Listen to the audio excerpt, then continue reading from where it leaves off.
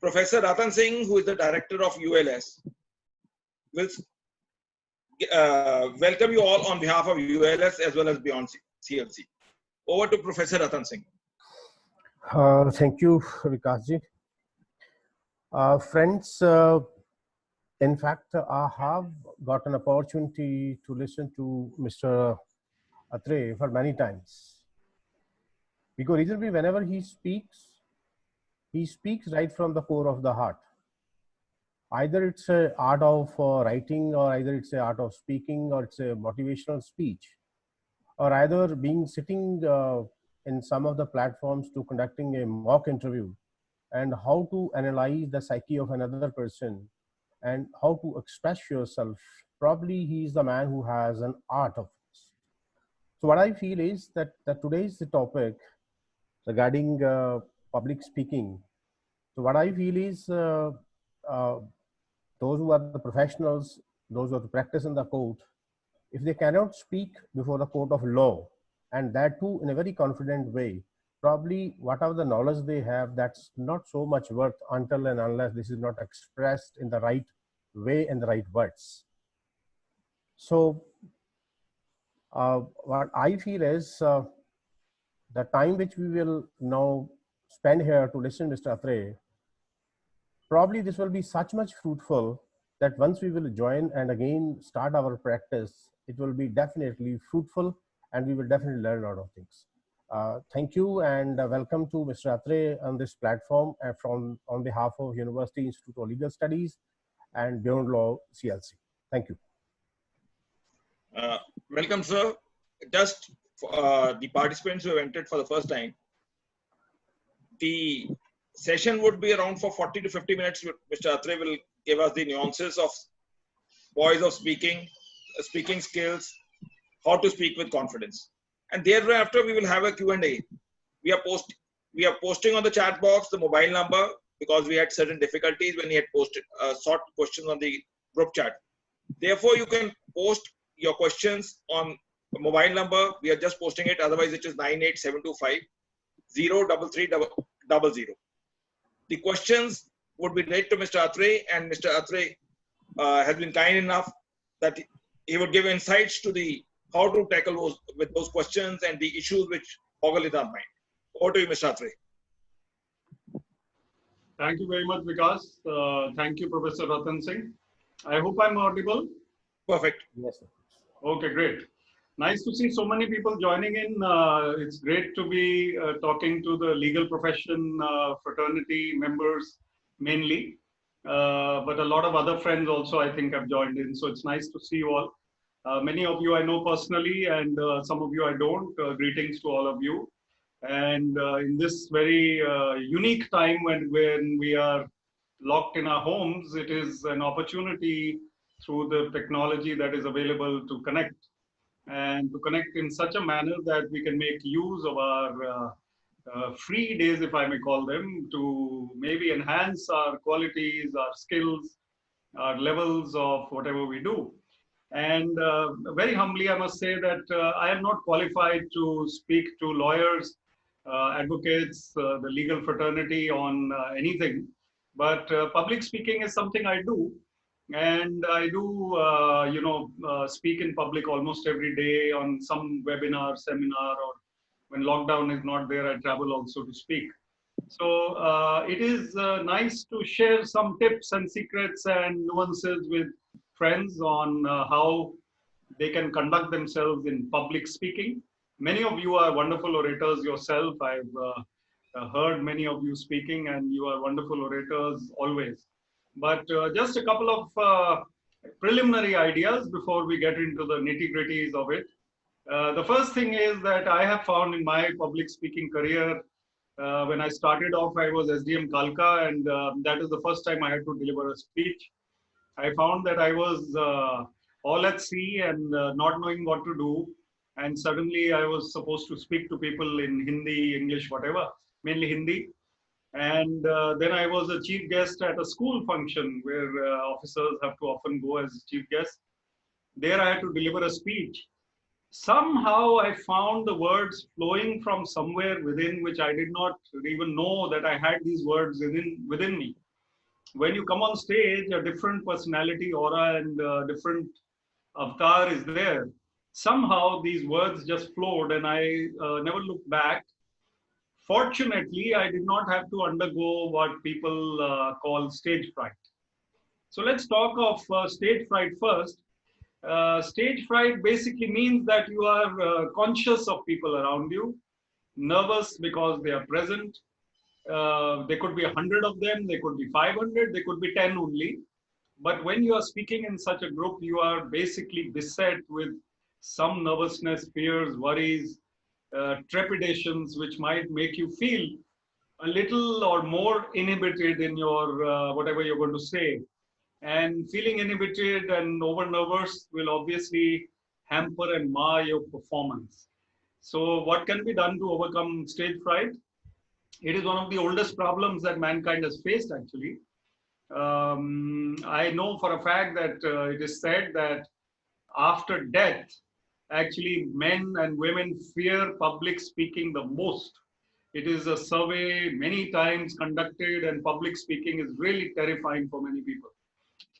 As lawyers, as professionals, as executives, as anything in today's era, government officials, we have to speak before public people, representatives, before colleagues, before friends, and presentations are part of corporate world life anyway. So lots of things have to be done today by public communication. We cannot afford to have stage fright. And let me tell you right off my favorite story right now. I know that many people are still to join, but I think we have over 100 participants, so you can benefit from this story more than those who come in later.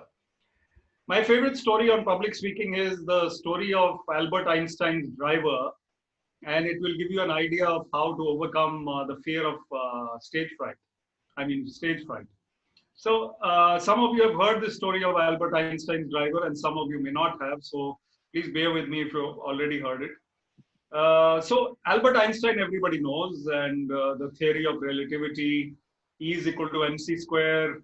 He was a great scientist. He was on a lecture tour of America. He was on a lecture tour of the US. And in that lecture tour, he was actually really making an effort to make his theory of relativity understood by others, by people who are not so familiar with this theory. And the driver was the same. The driver would go all over America with the great scientist. He would go to one university town, then another university town, then the third university town, and deliver the same lecture with the same driver, ferrying him to one town after another. So now comes the interesting part. When one day they were going to the 24th or 25th town of university town, they were driving, and till today the driver had not spoken to Einstein except for basic necessities, whatever.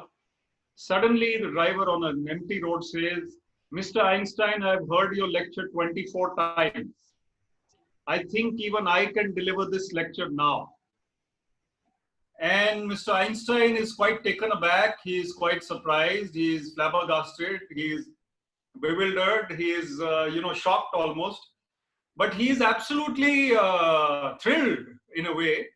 So Mr. Einstein actually says to the driver, "Yes, the next town is a very small town. They don't know how I look. In any case, there was no digital pictures in those days. Half the people did not even read newspapers. Even today, Americans don't read newspapers, I know for a fact. So basically, Mr. Einstein decided to become the driver, and the driver became Einstein, sat at the back. They received him with flowers. That is, they received the driver with flowers in the town. And thereafter, the driver went onto the stage to deliver a lecture on the theory of relativity.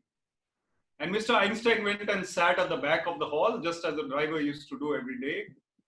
And he listened to his driver speaking so beautifully, so effectively, and so, garrulously, just couldn't stop speaking.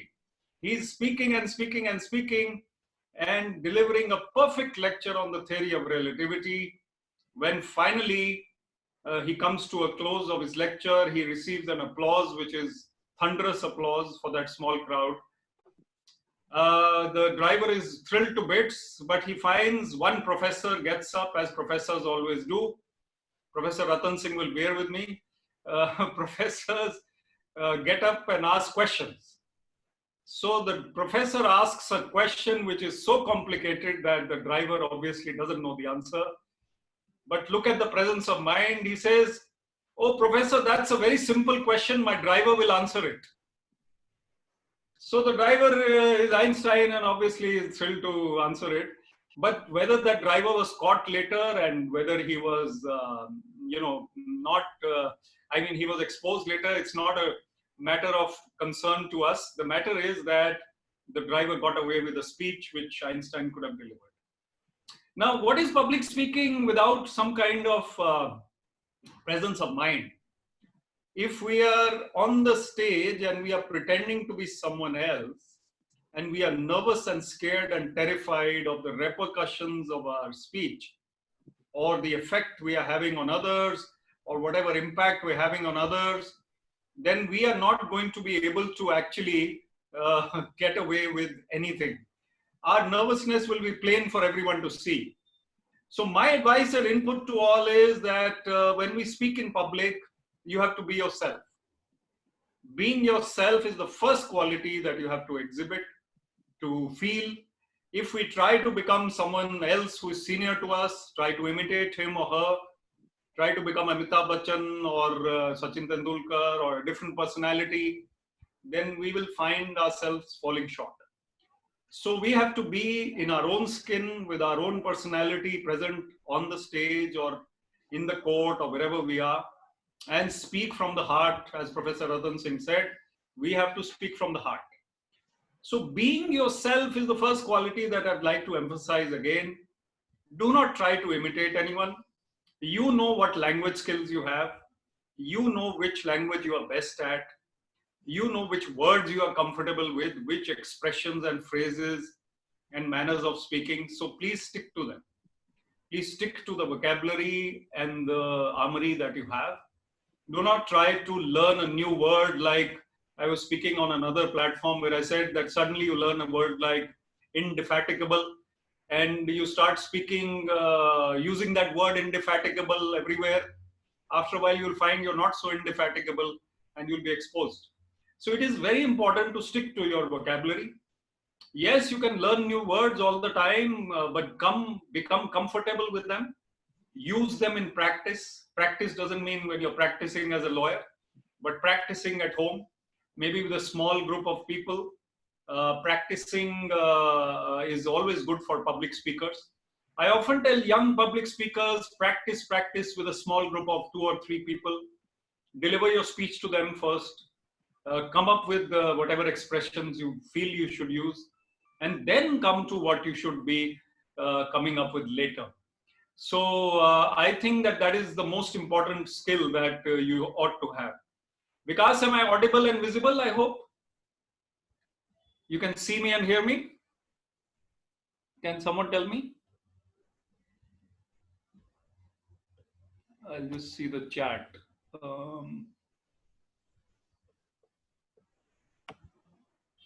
Yes, okay, I'm getting yes, okay, fine. I'll continue. I'm getting lots of yes and perfect from the audience. Okay, so what I'm going to do next is to come up with a few nuances and finer points. We have just learned that we have to be ourselves and go to the public speaking stage or court or wherever we are, classroom, with our own personality, without trying to be someone else. What we need to also remember is that we have to prepare our content extremely well. So if we go for anything without preparation, we may be the greatest of orators, but we won't be able to do justice to our speech or our assertions or whatever we are planning to make. So it is very important to prepare the content thoroughly, absolutely to the minutest T. It is important to be prepared. Even the greatest of orators will slip up if he doesn't know his content, if he doesn't know what he's going to say, or he has to interrupt his speech by asking someone something and then coming back to his speech. the flow will go. So we have to be very well prepared, and that is a basic which I must share with you. Even Mark Twain said that even the impromptu speech has to be delivered after weeks of preparation. What does he mean by that? He means that if you are asked to deliver an impromptu speech, you should always and already be prepared for what is to come. You should always be prepared for whatever scenarios you're going to have to speak in public with, which means that you are what you say, which means that you are living what you say.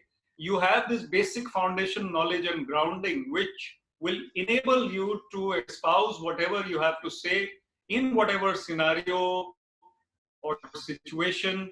Those basics are always with you, which means the basic content of your profession, basic knowledge of your profession, or all-round skills.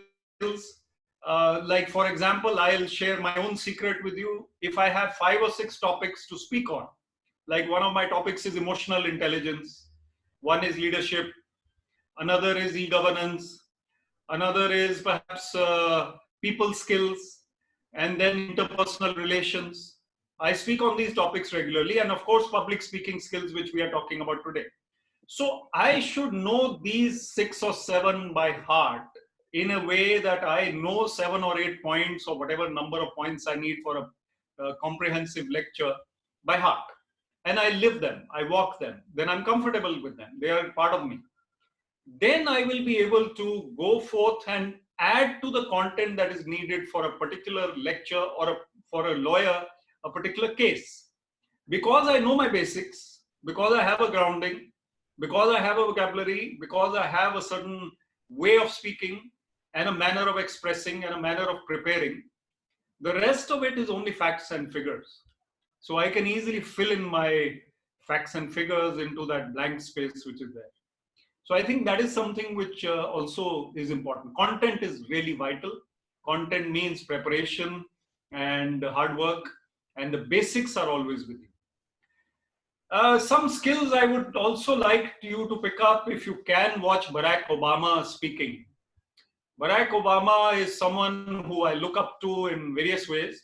We won't talk about any other US president today, but we'll talk about Barack Obama. And Barack Obama is someone who actually lives what he says. You can see that Barack Obama is full of charm, but full of cheerfulness, full of content. As the US president for 8 years, he would deliver speeches which were mesmerizing. Of course, his campaign is where he started. You know that he was contesting the elections and he was suddenly discovered as a great orator. Now, this great orator, Barack Obama, became even better and better and better as the 8 years of presidentship went on. He became so comfortable on the stage that I don't think anyone in history has been as much comfortable on stage as Barack Obama, in my view. He was absolutely himself, and he would say everything from the heart without being conscious of the fact that the world is watching him, the media is watching him, people are watching him. The American president cannot afford to make even one slip up. At least Barack Obama could not afford that. I don't know about other presidents. They can afford it, I guess. But the point is that Obama did not. And he made sure that he was up to date with his facts. He would not slip up, and he would speak in a charming manner. I would like to share a slightly light-hearted story with you on Barack Obama. Why? Just to illustrate my next point, which is going to be anecdotes and humor are also to be part of your speech wherever possible and permissible. I'm using almost legal terminology, wherever permissible. So basically, you cannot use a joke or an anecdote or a story wherever it's not permissible, say in court, wherever. But if you have a story or anecdote that fits your exposition, whatever you're saying, then it is good to use it. I speak generally, so I use this often. Michelle Obama and Barack Obama are known as the perfect couple. And they were even the perfect couple when they were in the White House. Their children were there. The family was just beautiful. One day, Barack Obama and Michelle Obama went out for lunch. and they were having lunch in a Washington, D.C. restaurant. They were having a quiet tete-a-tete, and suddenly we have a third person coming and joining them, or coming up to the table, a tall, handsome gentleman who comes and says hello to them and says to Michelle, Michelle, do you remember me from our high school days? And Michelle Obama smiles at him and is so delighted to see him. And she starts talking to him and introduces, of course, her husband, the President of the United States, where this conversation gets quite warm. So Barack Obama starts feeling a little jealous also. And this gentleman, after having a lot of conversation, goes back to his table. So Barack thinks now we can go back to our own conversation. But before that, Michelle comes up with a bombshell. And Michelle says that, Barack, if I had not married you, I would have married him. And Barack Obama is stunned like any man would be, and looks at the person with even more care, and he gives him a looking over. He looks at him very carefully, and then he looks at Michelle again and says, but then you would not have been married to the President of the United States. She says, no, then he would have been the President of the United States. So there are things that come up in real life which you can use as anecdotes in your speech. And the way to share them has to be a way that fits in with your speech. Of course, this incident may not strictly fit in with public speaking skills. But the fact that there is an anecdote related to Obama, which you can say it. And the manner of saying it has to be that the last line, the punchline, has to be maybe louder than the rest of the lines. The punchline is something in any speech which has to be said with emphasis. And the humor which is there has to be brought out in whatever subtle way is possible. Humor is something which will make your audience cheerful right from the beginning. It cannot be overdone. It has to be balanced. It has to be subtle most of the time, unless you are Kapil Sharma, where it can be not so subtle. It can be blatant. But you have to be basically comfortable with your humor. A speech without humor should only be delivered when it is not permitted to be humorous, where rules are strict, where you are at a solemn occasion. Otherwise, a little bit of subtle humor is good in any public speaking, in any speech. A farewell speech, an after dinner speech, after wedding speech, or any speech where you feel friends, family, colleagues, listeners will appreciate your subtle sense of humor. Anecdotes are similar. Anecdotes can typically be from real life, and they can be from your own life. I mentioned briefly SDM Kalka days for me. It cannot be too much. It should not be too much. You cannot digress too much. So your digressions and your anecdotes have to be keeping in view the overall flow of the river. They cannot be little streams that become rivers themselves. They cannot become voluminous. We cannot have the story becoming the speech. The speech has to have little stories which branch off, and then you come back to the main thread of your story. Very vital to do that. So whatever humor and anecdotes you have, also rehearse them. So you should be aware that I'm going to use these particular stories in my speech. You can practice or know, or at least tell yourself, today I'm going to use the Albert Einstein one and this one. So these are things that you can do. And I can also say that some people, there are ways to tell stories. You shouldn't be laughing too much while delivering a speech and telling funny stories. The speaker should always have poise and not be overdoing his own laughter. Let the audience laugh whenever they have to. The sign of a good audience and a good orator, of course, is that they laugh at the right time and they clap at the right time. So that also means that you're in control of your situation as a speaker. You are able to go hold the room, as they say. If you can hold the attention of the room for an hour or 45 minutes or even 15 minutes or even 5 minutes, as per your requirement, that is all you need. The attention of the room should be with you. and human minds are fleeting in their attention span. They are always distracted. So it takes very little for the audience to be distracted. So you have to bring them back again and again and again. For teachers and professors especially, students' minds are, you know how they are. We've all been students in college or school. Some of you maybe even now are. You know your minds are wandering into the future at the drop of a hat, wandering into the past at the drop of a hat, or wandering into some romantic escapades from by and by. So you have to basically, the speaker has to bring back the attention of the audience by coming up with something interesting from time to time and making sure that the voice is not so inaudible. This is another important point. The voice is not so soft that people doze off or people don't listen with care. And if the voice is monotonous, that is another problem at times.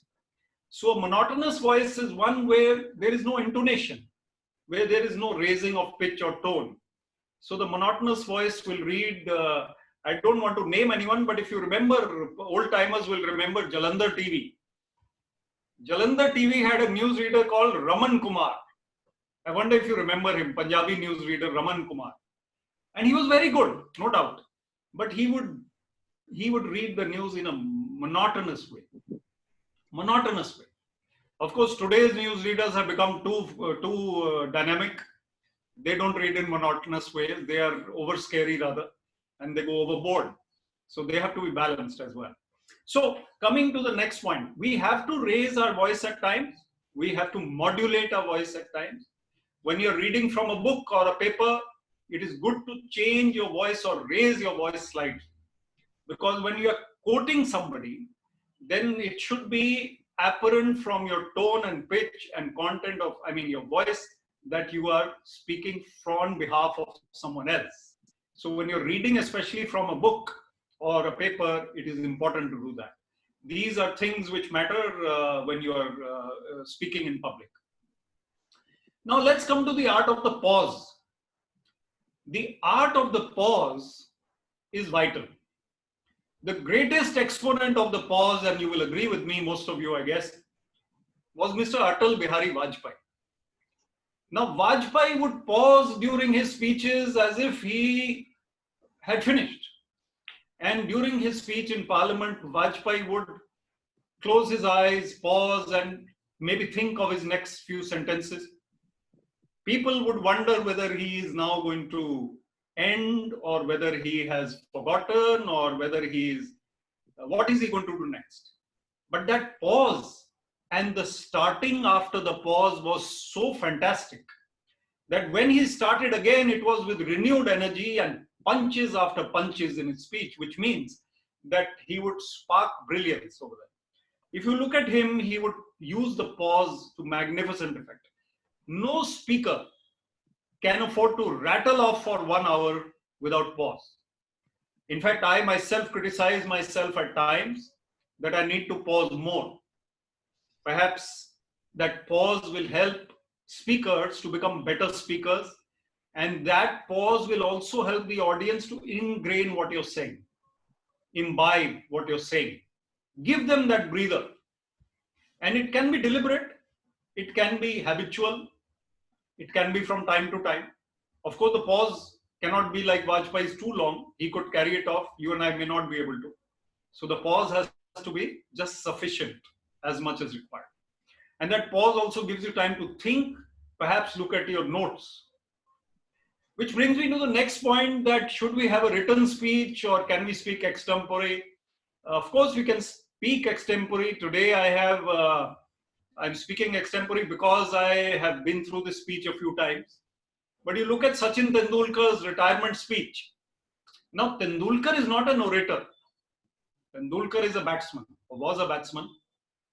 But that retirement speech of 24-25 minutes, where he had jotted down only 7 or 8 or 10 points. One word: Mascarenus, father-in-law, mother-in-law, friends, colleagues, spectators, fans, BCCI, whatever he had written. These were only points he had written. The moment he looked at the point, he knew what to say. So if we have a few points jotted down and know what to say on each point, I think that is sufficient. Of course, you have to be in command of your content. When you're speaking about your own life, it is easy to do so. But if you're speaking about something unfamiliar, you need more notes, more content. But these points will help you to focus on everything that needs to be said and not miss out anything. And as soon as you see the point, you know that this is what you're going to say. It also really adds weightage to your speech. I tell youngsters who are appearing for interviews, UPSC interviews, other interviews, that always structure your speech or your content by saying, sir, I have 3 points on this. Firstly, this. Secondly, this. Thirdly, this. That also gives the listener an opportunity to understand better. Sometimes you are just, flowing and mesmerizing the audience. And at the end of it, the audience is, what a wonderful speaker, but they don't remember what you said. So you have to be content-wise very well prepared, and you have to be careful that you are able to give across that message. Now, let me talk a little bit about body language. Body language is also very, very important. It's highly important that you are able to express yourself with your personality also. So maybe your content is great. Maybe your delivery is also great. But maybe your body language is not amenable, or maybe not in consonance with what you're saying and how you're saying it. I'll speak of Amitabh Bachchan because nobody had greater impact on Indian cinema with his body language than Amitabh Bachchan, tall guy. You look at him in his movies, you look at him in Kaun Banega Crorepati. 2 different personalities. In his films, he would be that larger than life picture, image of a person, usually a smuggler or a don or something, maybe something else, of course. In Kaun Banega Crorepati, sitting opposite a common man, Amitabh Bachchan becomes the epitome of humility. And he is sitting there so humbly, being himself, very humble, making the other person feel comfortable. His body language is such that he doesn't make the other person feel nervous that I'm sitting in front of Amitabh Bachchan. I'm on the sets of KBC. He is there to make the guy feel better than he's feeling and feel on top of the world. How he fits in very quietly into that show and makes the common person feel as if he is Amitabh Bachchan and not this guy sitting in front of him. So this is also a body language ability, and the ability to speak softly and humbly whatever he has to. Suddenly, if he started mouthing his Zabardast dialogues from Agnipath, the other guy would also start feeling a little shy or scared. But body language also means we don't use our hands too much. We use them only as much as required. I am not perfect. I'm not saying I'm perfect. But it is important to practice when you're practicing your speech as to where will your hands go. Some people are awkward with their hands in the pocket or somewhere here. They don't know what to do with their hands. So you have to let them flow naturally. Let them be natural. Let them not move around too much, but let them move around enough. Like right now, I'm seated. I'm sitting down. When you're standing, because this is a lockdown era, I have to be seated. If I'm standing, then I have to be in a different camera and everything. So I have to be in a standing situation. I have to face the audience. If I'm walking around on the stage, for some reason I'm on the stage, then I have to make sure that I make eye contact with all sections of the audience. And many speakers will tell you, find a point at the end of the hall, find a point at the left of the hall and the right of the hall, and perhaps on the front row. And look at these 4 points from time to time. And eye contact is important. Of course, when you're a lawyer, you have to look at the judge. You cannot afford to make eye contact with anyone else. But generally speaking, if you are able to look at 4 points in a public gathering, it shows as if you are caring for each section of the audience. Of course, it's difficult in a large group to meet everybody's eyes, may not be possible. And it is important to just make sure that the back row especially feels your eye contact. if it is not a very large hall. If it is a very large hall, I've been to universities at times where even 3,000, 4,000 people are there. So then you have to raise your voice and tell the last row, are you okay, everyone at the back? And then they know that this guy wants us to pay attention. If a speaker's success comes from the fact that nobody looks at his phone, if you can make people listen to you for 45 minutes without them looking at their phone, that is your greatest success. Yes. Are we done with time, Vikas? No, sir. I'm just checking it out what has happened. Okay, I'll continue for another 5-10 minutes and we can take questions. Yeah, you can continue. It is only that we have gone, so we have only gone live on YouTube. Probably that happened. Yeah. So what you can do is to request everyone on chat to get their questions ready. They have started posing the questions. Right. I will read it once you are through. All right.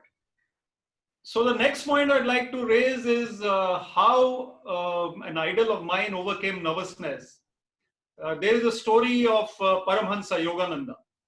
I have the book here. I kept it here because I feel it's a life-enhancing book. Everyone can have a look at it and read it whenever they feel it's important. It's a spiritual classic, and it's a book that changed my life. I became much calmer after that. He was on a ship going in 1920 to America. As a 27-year-old yogi monk, looking different from everybody on that ship, and he was invited to deliver a lecture at an international forum in Boston. When he is going there on that ship, somebody got to know that this is an international speaker. He's going to speak in Boston. One of the American passengers convinced him to deliver a speech on how to combat the problems of life or how to win the battle of life. Now, Yogananda ji was not an English speaker. He was a Bengali, Mukund Lal Ghosh by birth. He describes in the autobiography of a yogi how he stood there for 10 minutes and everybody started laughing because he couldn't say a word for 10 minutes. And then, of course, this is a matter of belief. He had divine prayer to give to the God, and he said, please help me, God and Guru. And then the divine help came, and he was able to speak quite fluently and impressed all his audience. In fact, he got many more invitations to speak in America after that speech. Now, all of us cannot get that divine help until we are attuned with the divine. So what do? We have to prepare for emergencies. We have to prepare for the worst. What is the worst that can happen to you on the stage? Let's say we are talking about a stage. The mic may fall down. A glass of water may fall on your shirt or pants. Somebody may start shouting at you from the audience. The power may go. You may forget your lines and lose your papers. These are the worst things that can happen, I guess. I doubt that anyone's going to try and attack you or something on the strip for a speech. So if these are the worst things that can happen, they are not that bad. They are not so bad that we feel terrified to bits about public speaking. So let us overcome the fear of public speaking by telling ourselves that nothing can go so wrong that I will come out feeling that this is the end of the world. So go there with confidence. Tell yourself that you will do your best, prepare well, and be balanced. One thing that I must say now, although I could have saved it for the end, there's a quote, always make sure you have finished speaking before your audience has finished listening. I love this quote because the audience span of attention is limited and you are going on and on and on. So you have to know. That's why I always try to keep it shorter than the time given to me, because then the audience is still left asking for more. So you retire like Sunil Gavaskar when they thought he'll still play a few matches, instead of retiring like some of the players who went on too much. So my last input would be, before we go to Q&A, listen to great speakers on YouTube. Watch videos of great orators. read books. I have a book here which you can maybe look at sometime. This is the world's great speeches, the great speeches of the world. And I'm sure that you'll find many others. This is just one example I had. So you can probably go through books which give you nuances and tips. Winston Churchill, great people who could just speak so beautifully. John F. Kennedy, it is said that Kennedy did not have much content, but he was a great orator and he could pull off a lot of things. So this is something we can learn. The art of public speaking is science of public speaking, actually. It comes to some people naturally and it comes to some people with a lot of effort, preparation. But for everyone, preparation is necessary. It is very necessary to prepare and to be hardworking at your speech delivery. Don't take it lightly.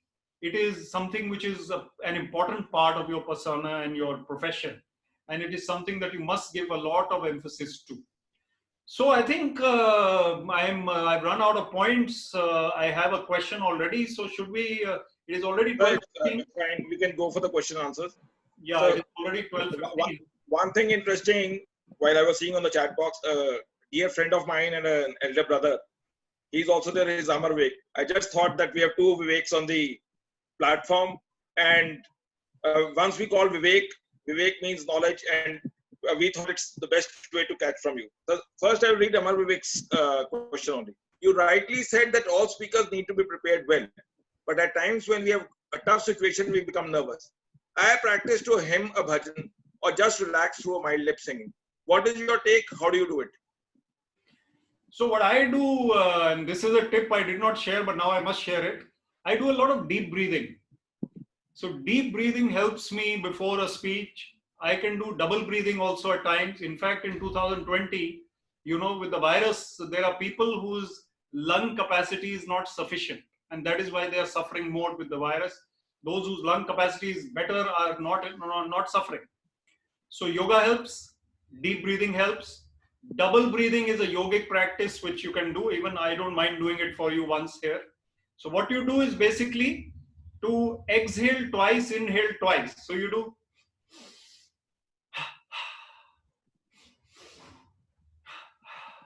Now you can do this a few times a day. It clears your lungs. It calms your nerves, makes you less nervous. It could be done while walking. It can be just deep breathing single also. And yes, hymns and bhajans are superb. I love them too. Music is a great, the question is absolutely spot on, because if you listen to calming music, if your nervousness is bound to be there. And Gavaskar said a few butterflies in the stomach are required. A few butterflies in the stomach make you perform better. But too many butterflies make you really scared and nervous. So I think it's a good practice, yes. Go ahead, please. Next question. Harsh Sharma. How to be positive whole day? We want to know. And how does Mr. Vivek Atray start his day?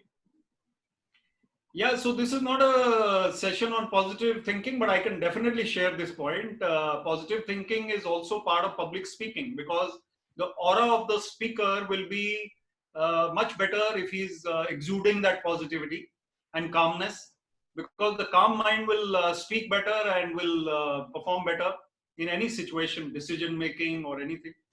So my trick is basically meditation. And meditation, since you're asking me personally, meditation is something morning and evening which I do twice a day. Short meditation before lunch also these days because of lockdown. So you can actually do 10 or 20 or 30 minutes of meditation in the morning and 10, 20, 30 minutes in the evening, whatever you can do, accomplish. And meditation is to be practiced through some techniques. It cannot be that you're just sitting and visualizing God and your mind will go to all kinds of, from mangoes to chocolate ice cream everywhere. So you have to be really, really focused with the technique. And you will try, you have to, I follow Kriya Yoga, Paramhansa Yogananda's teachings, they follow by lessons of meditation. I can write the website for you later. So that really helps me to remain calm and positive. Vishal Sharma. How can we improve our speaking skills and body language? Yeah, so you can improve your speaking skills by practice, as I said. I know of someone, in fact, I can name him. He's Professor Atul Khosla. He's the Pro Vice Chancellor of Shulini University. And he's a friend. I'm also advisor with Shulini.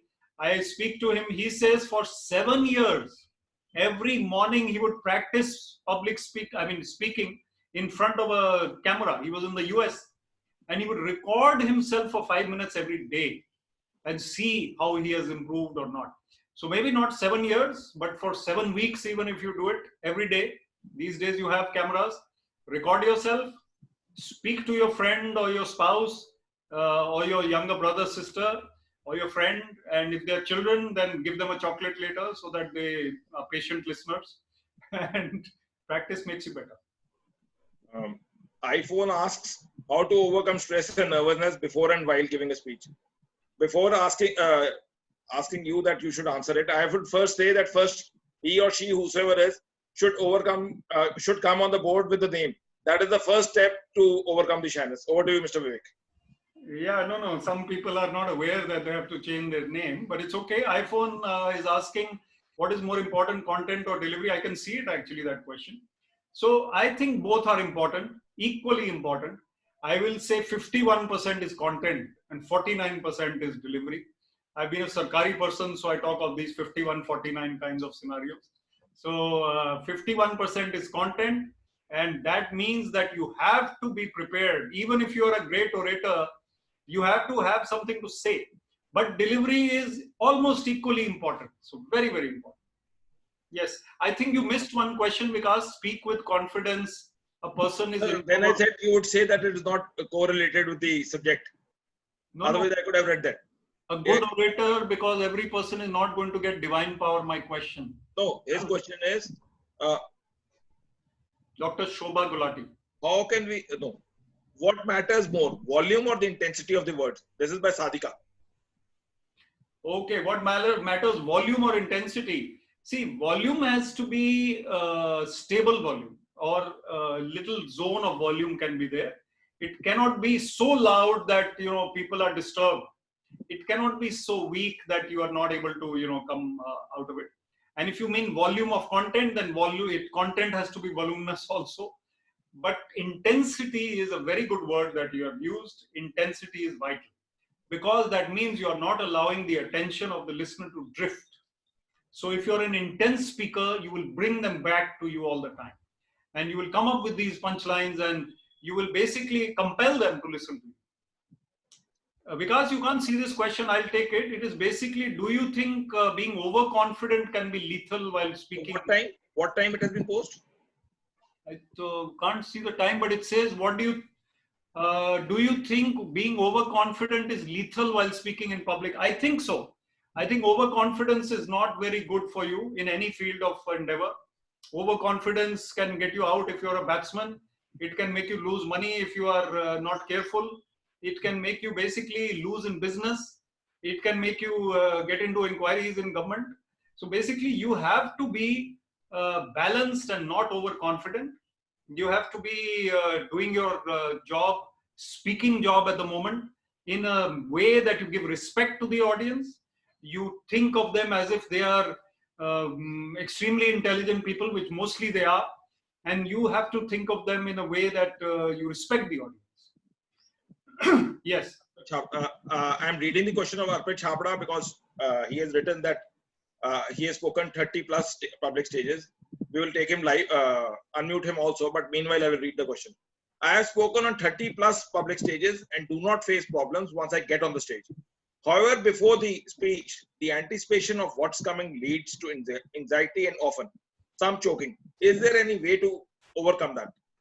I will ask the team to unmute Arpit Habra, but meanwhile you can take the question. Yeah, so I would say that you have to remember that you are human. And every time you go on stage, some amount of apprehension will be there. You're not a machine. And that nervousness is okay to an extent. Overcoming it is basically minimizing it. So if you minimize your nervousness, it is basically by practicing before, by talking to people calmly before, by reaching the venue in time. If you are reaching at the last minute, as often happens at various places. So if we reach at the last minute, suddenly we have to speak. It is tough. So be prepared and confident and calm before your speech, and you'll be okay on stage.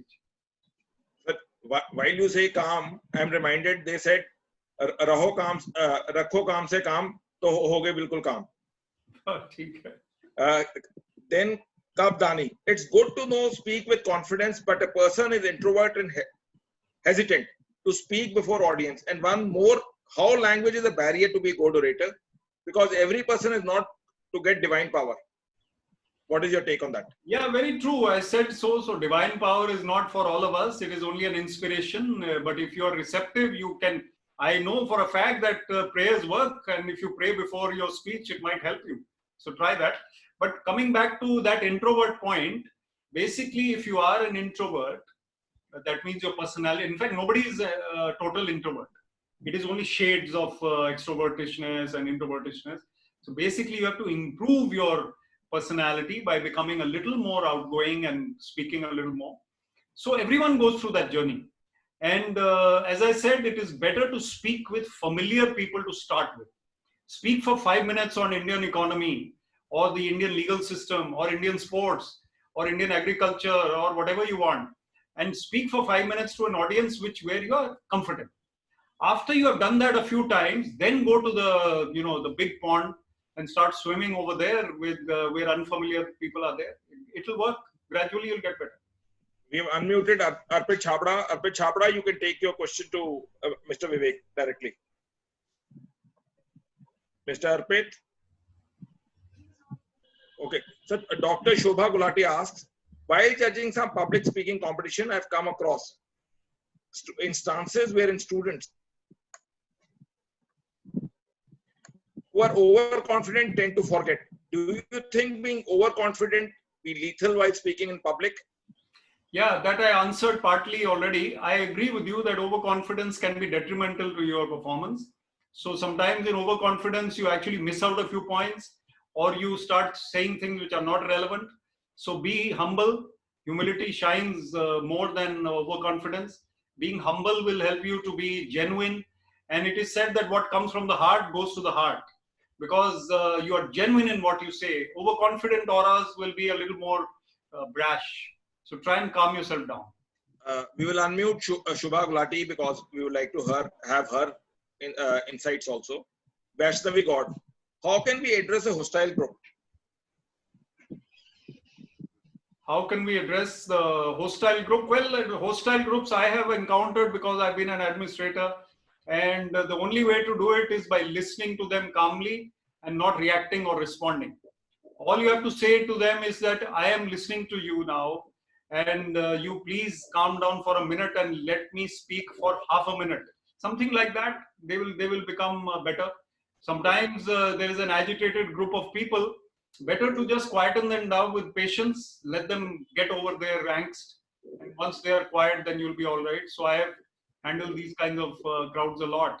And calmness will help you again. Confidence. Actually, the key word is calm confidence.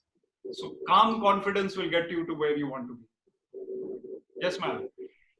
So nothing, I just wanted to clarify that thing. I just wanted to share this, that I was judging over some competition and there were two students who started off very well. She's Dr. Shobha Gulati. Yes, sir. Yes, ma'am. Yeah, sir has already, actually he has already clarified my points. I just wanted to share that there was a debate competition going on wherein some of the students had started on very well. They were very well going through these speeches and somewhere in mid-between they felt overconfident and lost control of their speech itself.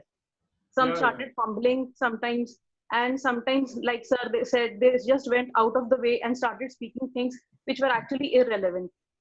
So you have already told that humility always overshines confidence. So it is better to keep a stable mind. So you've already answered my question. Thank you, ma'am. Thank you, sir. Again, iPhone, what is the best way to start a speech or a presentation? Yeah, the best way to start is with a warm welcome to everyone and maybe a little bit of subtle humor also. That, you know, this is an after lunch speech. I hope you're not feeling sleepy. I'll do my best to keep you awake.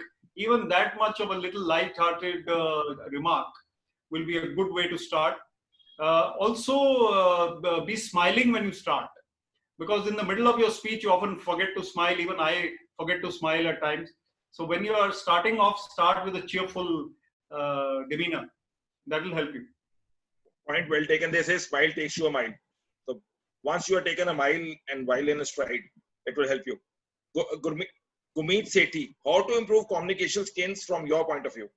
I think every day you have to read and write a little more. I think people who read books are better at communication. So apart from your legal books and case history, please read some autobiographies, some inspiring books that will improve your communication skills. And oral skills by practicing, as I said, with 5-minute speeches, 5-minute extempore speeches before people. And also you can try to watch lots of YouTube videos of people who speak well. And writing skills, if you include them in communication skills, it's never ending. I'm a writer. I write a column for Hindustan Time. Every time it's a challenge to come up with good language, good vocabulary, good ways of expressing. So it's an ongoing process. Mr. Vivek, though the topic was on speaking, once I'm also an avid follower of yours. I follow your articles and all the forays. I would just like how one can improve the writing skills as such. Yeah, I think you'll have to read more. For improving your writing skills, you have to read good writers. Yuval Noah Harari, he writes very well. You can read anyone. You can read Narayan Murthy's book. You can read Nandan Nilekani. You can read Dalai Lama, Usain Bolt. Read books, autobiographies. I think that will help you to improve your writing skills also. Because you come across expressions which are usage, which is better. And till today, even the editorials are worth reading in most of the newspapers. So it's good to do that. Kshitij Sharma, a good friend of mine, and he knows you because both of you are Johnians.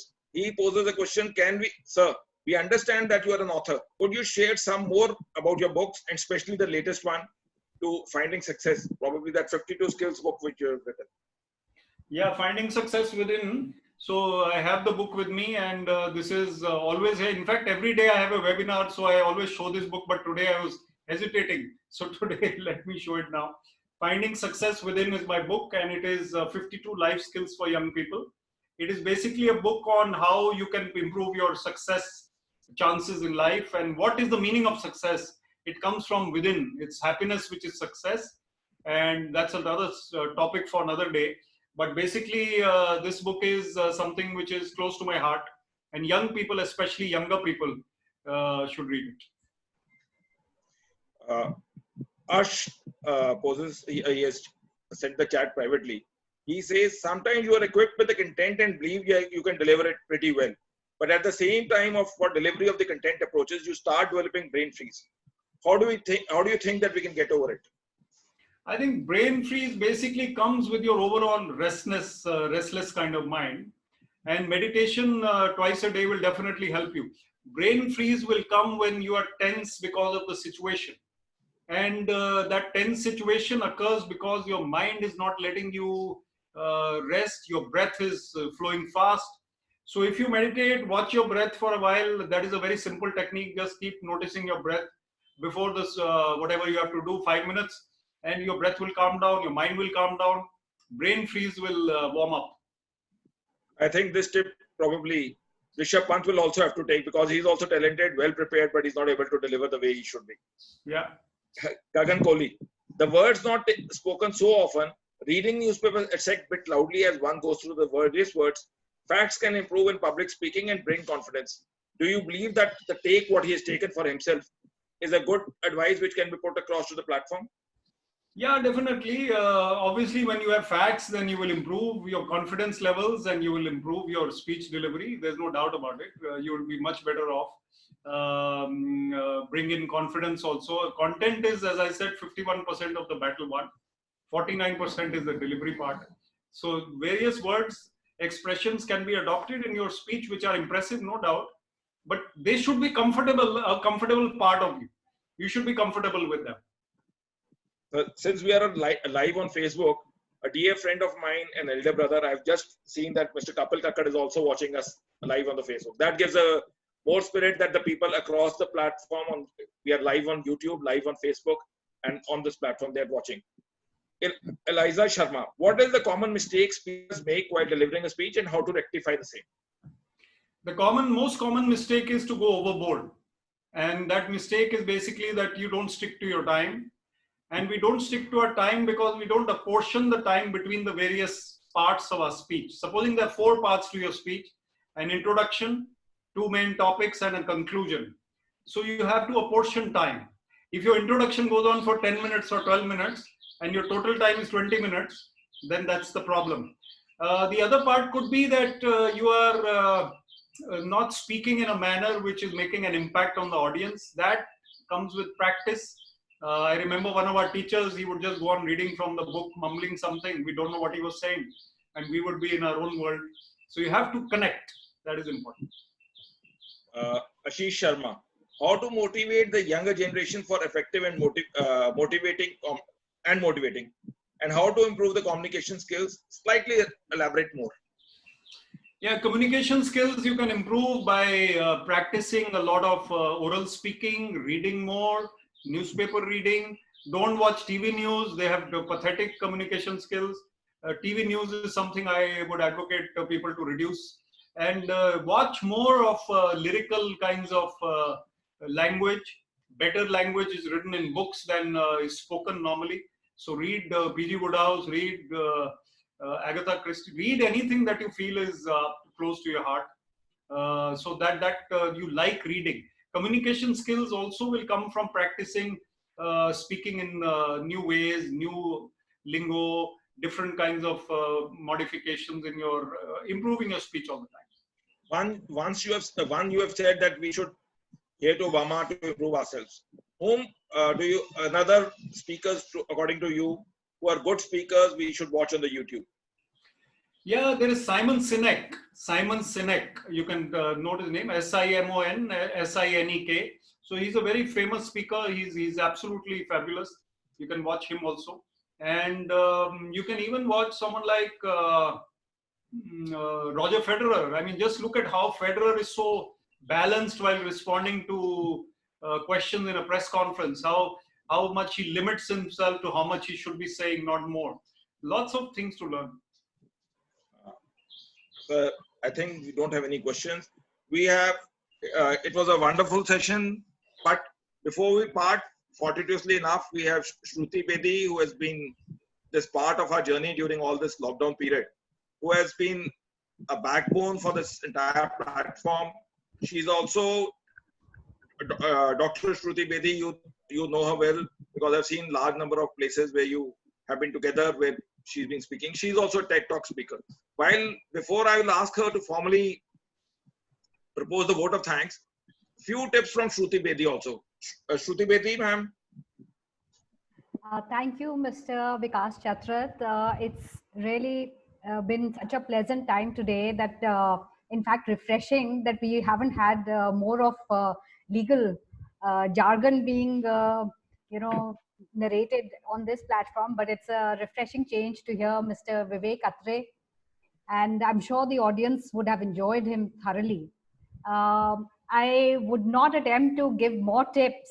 I think Vivek sir has already covered quite a bit.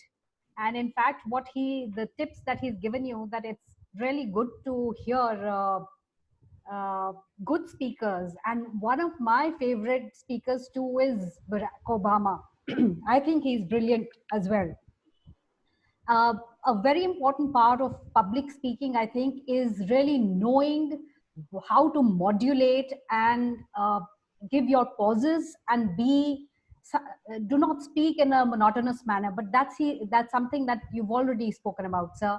And I think that's a very important part of Mr. Bajpayee's speech as well, like you were covering.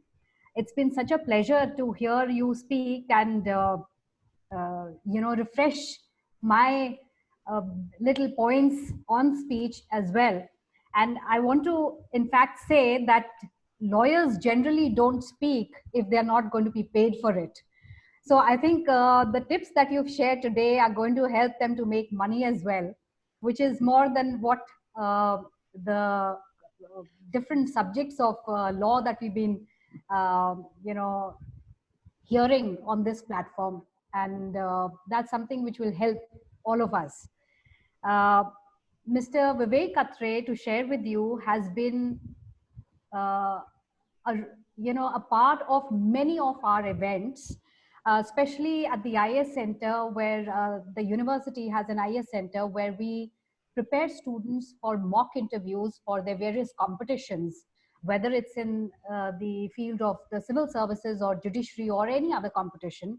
And he's always been with us, standing neck to neck, helping us, because what is required to prepare the students to prepare for interview is something what he is talked about today.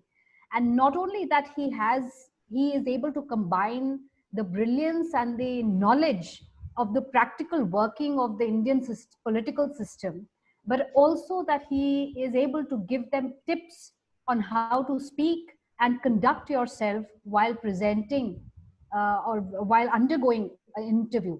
So he's been one of the stalwarts, I can say, who's been a part of that venture of the IAS Center, as well as Panjab University, the Department of University Institute of Legal Studies. Professor Ratan Singh has already introduced that, and he's introduced Mr. Vivek Atray. Has had the pleasure to have had him over to speak to the students. And the students have always gone back so happy.